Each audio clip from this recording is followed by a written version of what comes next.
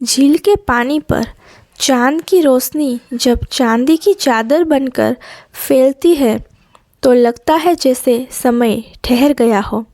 वही झील जिसे गांव वाले चांद झील कहते थे, कई कहानियों की गवाह थी, पर जिस कहानी का आगाज़ उस रात हुआ वह दुनिया की किसी भी कहानी से अलग, गहरी और अजीब थी। हिरेन को हमेशा से रातें पसंद थी। दिन की भीड़, शोर और भागदौड़ से उसे कभी रास नहीं आती थी। वह गांव की लाइब्रेरी में नौकरी करता था। किताबें उसके दोस्त थी और झील उसकी साथी। उस रात भी वह ऑफिस से लौटते हुए झील की तरफ निकल गया। पूर्णिमा थी, आसमान दूध की तरह उजला और झील का पानी जैसे चांदी पी रहा हो।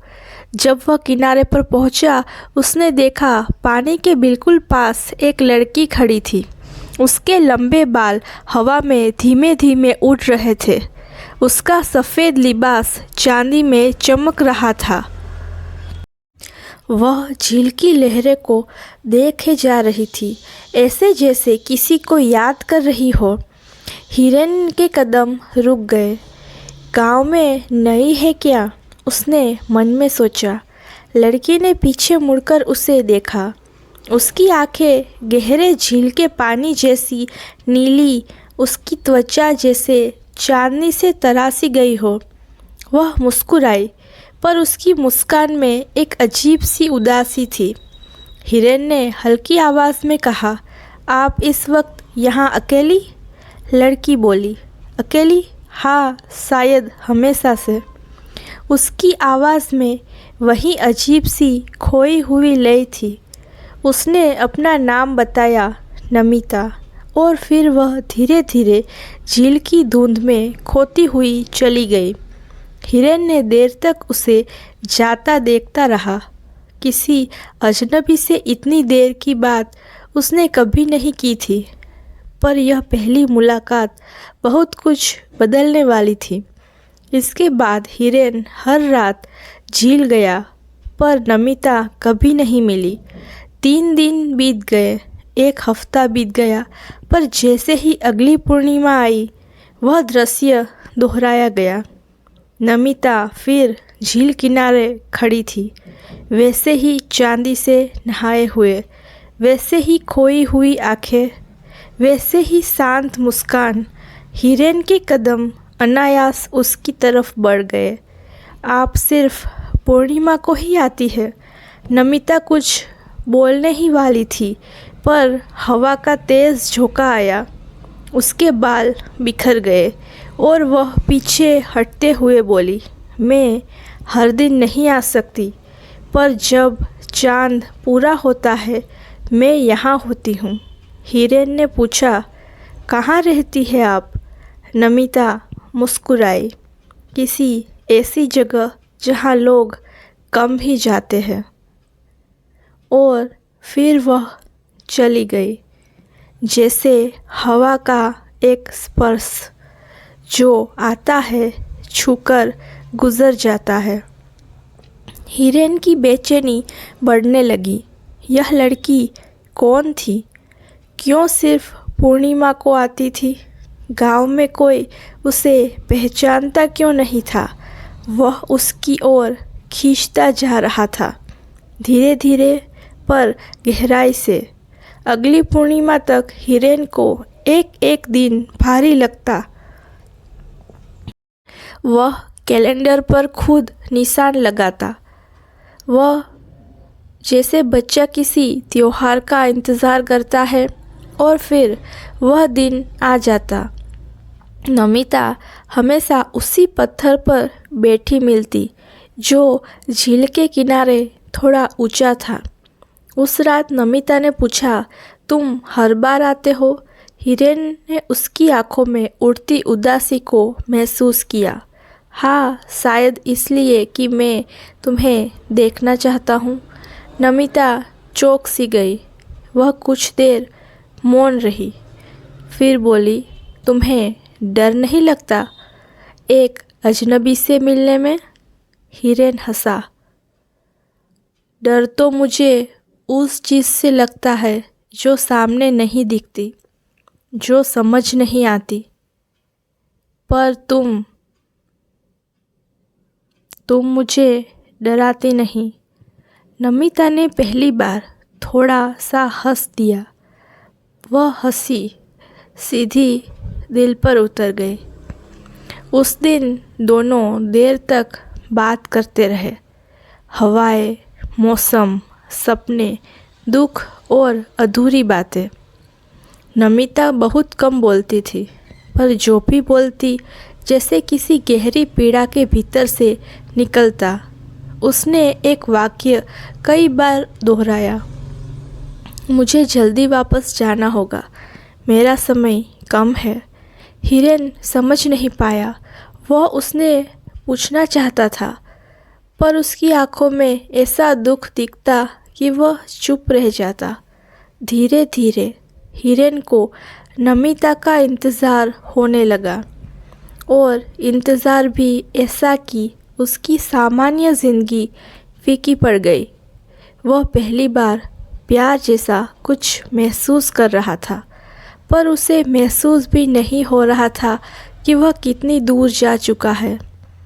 एक रात जब पूर्णिमा का चांद आसमान में थोड़ा नीचा था, नमिता असामान्य रूप से उदास दिखी। हिरेन ने पूछा, तुम रोई हो क्या? नमिता चौंक गई। उसने चेहरे पर हाथ फेरकर कहा, कभी कभी यादें बहुत भारी होती है। हिरेन ने धीरे से उसके पास बैठते हुए पूछा, मुझसे शेयर कर सकती हो? नमिता ने लंबे समय तक चुप रहते हुए पानी को घूरा। उसकी आंखें ऐसी लग रही थी जैसे झील की सतह पर तैर रही हो। फिर उसने बहुत धीमी आवाज़ में कहा, मैं इंसानों जैसी नहीं हूँ। हिरेन हंस पड़ा। कौन होता है इंसानों जैसा? हर कोई अलग होता है अपने तरीके से। पर नमिता ने हंसी नहीं, वह गंभीर थी, बहुत गंभीर।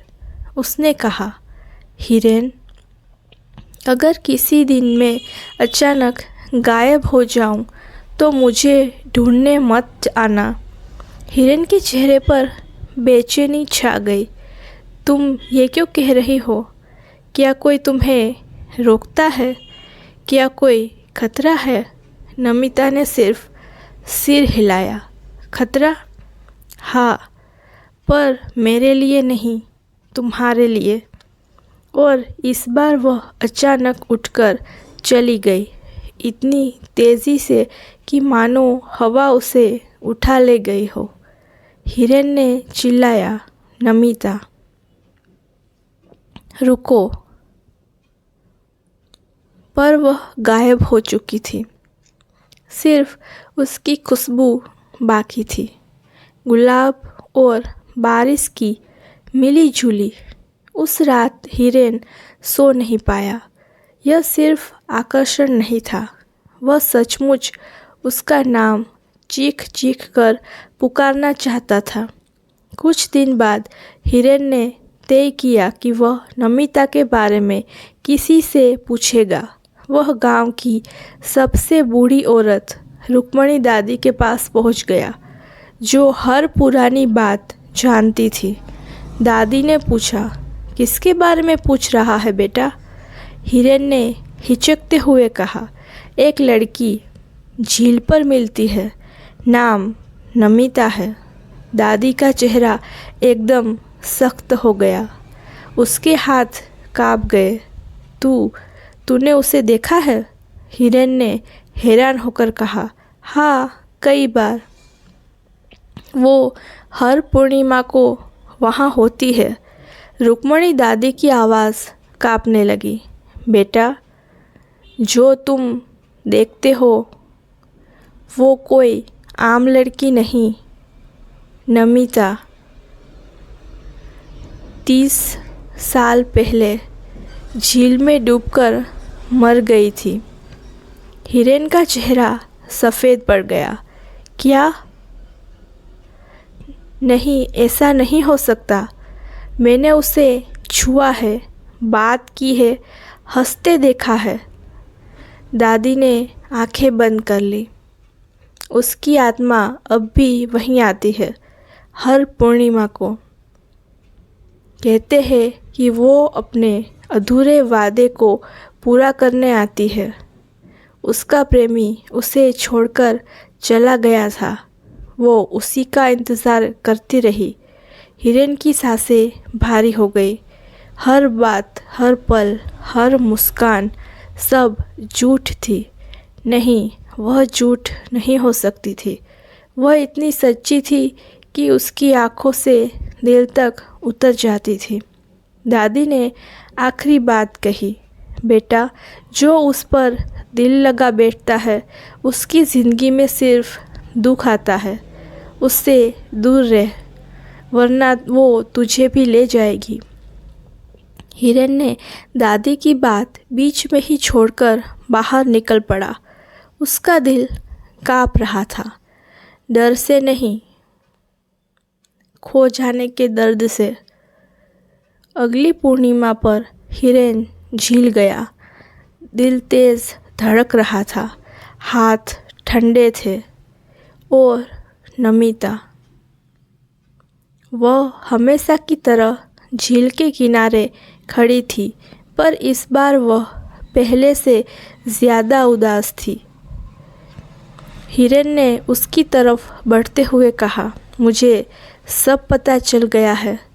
नमिता की आंखें भर आई। तुम्हें कुछ नहीं जानना चाहिए था। सच जो जानना ही पड़ता है। नमिता, हिरेन की आवाज़ टूट रही थी। तुम इंसान नहीं हो। नमिता ने आंखें झुका ली।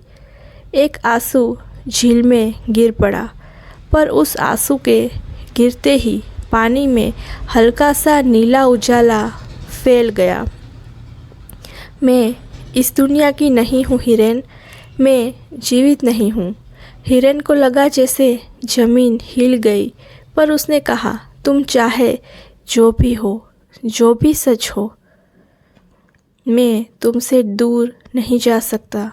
नमिता पीछे हट गई। तुम समझ नहीं रहे हो।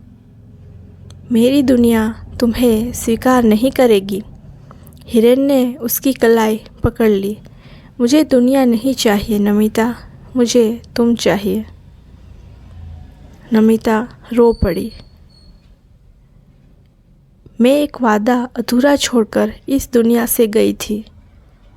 जब तक वो वादा पूरा नहीं होता, मैं मुक्त नहीं हो सकती। हिरेन ने पूछा, वादा क्या था? नमिता ने कहा, मैंने किसी से कहा था कि मैं हमारे प्यार को बचाऊंगी, पर मरने से पहले मैं अपना वादा निभा नहीं पाई। अब मैं एक आत्मा की तरह बंधी हूँ, उस झील से, इस चांदनी से और अपने अधूरे प्रेम से। हिरेन ने उसका चेहरा थाम लिया। अगर तुम्हारी मुक्ति के लिए मुझे कुछ करना पड़े, मैं करूँगा। बस मुझे बताओ, नमिता ने काँपते हुए कहा। अगर तुम्हें ऐसा किया तो तुम भी इस झील की परछाई बन सकते हो। हिरेन मुस्कुराया। तो क्या हुआ, तुम साथ होगी? नमिता ने उसकी हथेलियों पर हाथ रखे और उसी क्षण उसके शरीर में सिहरन दौड़ गई। नमिता का स्पर्श होकर भी असली नहीं था, जैसे हवा में हाथ डाल दिया हो। नमिता ने कहा, मेरा प्रेमी मुझे छोड़कर नहीं गया था। वो मेरे लिए बारिश में रास्ता साफ कर रहा था और बिजली गिरने से उसकी मौत हो गई। हिरेन स्तब्ध रह गया। उसके जाने के बाद मैं खुद तन्हा होकर झील पर आई और खिसकते पत्थर से फिसल गई। मेरी मौत एक हादसा थी, न कि दुख से जन्मी। हिरेन के गले से आवाज़ नहीं निकल पा रही थी। नमिता ने कहा, तुम्हारी आँखों में जब भी मैं देखती हूँ मुझे वही प्यार दिखता है जो मैंने खो दिया था। शायद यही कारण है कि मैं तुम्हारी ओर खींची चली आती हूँ, पर यही खिंचाव तुम्हें मेरे जैसा बना सकता है हिरेन। हिरेन ने दर्द स्वर में कहा, तुम्हारा दर्द मेरा है, तुम्हारा अधूरा वादा मेरा है। मैं तब तक तुम्हें अकेला नहीं छोड़ूंगा जब तक तुम मुक्त नहीं हो जाती। उस रात नमिता ने हिरेन का हाथ पकड़कर कहा, अगर तुम सच में मेरे साथ रहना चाहते हो तो मुझे मेरा दिल वापस दिला दो। हिरेन ने चौंक कर पूछा, दिल? वो कहाँ है? नमिता ने झील की ओर इशारा किया। मेरी मौत के बाद मेरी पायल इस पानी में गिर गई थी। वह पायल मेरा आखिरी प्यार, आखिरी याद, आखिरी वादा थी। उसे वापस पाने से ही मैं मुक्त हो सकती हूँ, पर आदमी उसे छू ले तो उसका जीवन भी इस झील का हिस्सा बन जाता है। हिरेन ने झील की ओर देखा। चांद की रोशनी पानी पर चमक रही थी। गहराई में जैसे कोई हल्की सी नीली चमक थी। कहीं वही पायल तो नहीं? हिरेन ने कहा, अगर मेरे प्यार की कीमत मेरा जीवन है तो मैं वो कीमत चुकाने को तैयार हूँ। नमिता चीख पड़ी, नहीं, तुम्हें तुम्हारी दुनिया से जाने नहीं दूंगी। मैंने तुम्हें कभी बुलाया नहीं, भाग्य ने तुम्हें मेरी ओर भेजा है। पर हिरेन ने उसकी बात नहीं सुनी। वह पानी की ओर बढ़ गया। हिरेन पानी में उतरा। पहले ठंड, फिर सिहरन, फिर ऐसा लगा जैसे झील उसे भीतर खींच रही हो। नमिता किनारे पर खड़ी काँप रही थी। वापस आओ हिरेन, मेरी मुक्ति तुम्हारी मौत से नहीं चाहिए। पर हिरेन गहराई में उतर गया। नीचे और नीचे एक नीली चमक दिखाई दी, नमिता की पायल।